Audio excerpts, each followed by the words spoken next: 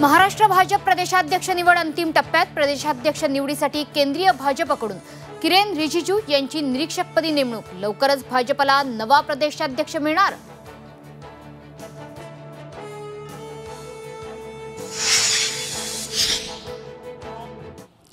आशिष शेलार एवढेच माहिती आहेत, बाकी कुठलेही लोक मला माहिती नाहीत कोणी राजकारणामध्ये।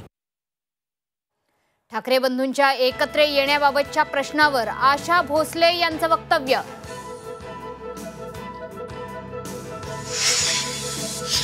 हिंदी सक्ती विरोधात ठाकरे बंधूंचा एल्गार। 5 जुलैला एकत्र मोर्चा निघणार। राज उद्धवच्या फोटोसह संजय राऊतांचं ट्विट।